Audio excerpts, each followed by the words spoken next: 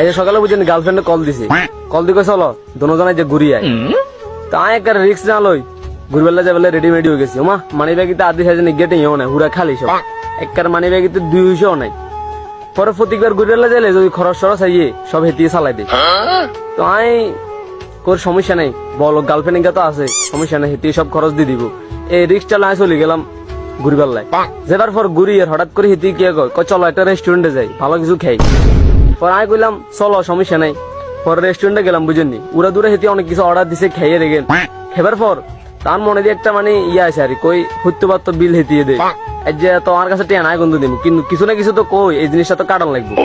পরে এবার হেতিরে কইলাম বাবু সমস্যা তো একটা হয়ে গেছে। কি? এখন আমি তো ভুলে আজকে মানি ব্যাগটা আনি না। হেতি তো আরে দূর কোনো সমস্যা নাই, আমি আসি না, একটা না একটা ব্যবস্থা হবে। একথা কইছে আর তার কলজার নগদে ঠান্ডা হয়ে গেছে। যে না গার্লফ্রেন্ড কইছে একটা না একটা ব্যবস্থা হইব, কিন্তু তার কোনো টেনশন নাই, রিল্যাক্সে আমি বাবু খেতে আসি। যেহেতু বিলটা হেতিয়ে দিব এটা লাই আর বাড়তি কিছু অর্ডার দিলাম, আরে অর্ডার দিই চিন্তা করলাম বিলটা যে হেতিয়ে দিব আরো বেশি করে কিছু খাই।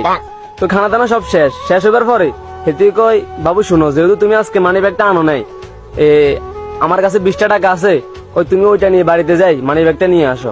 লড় খেলা।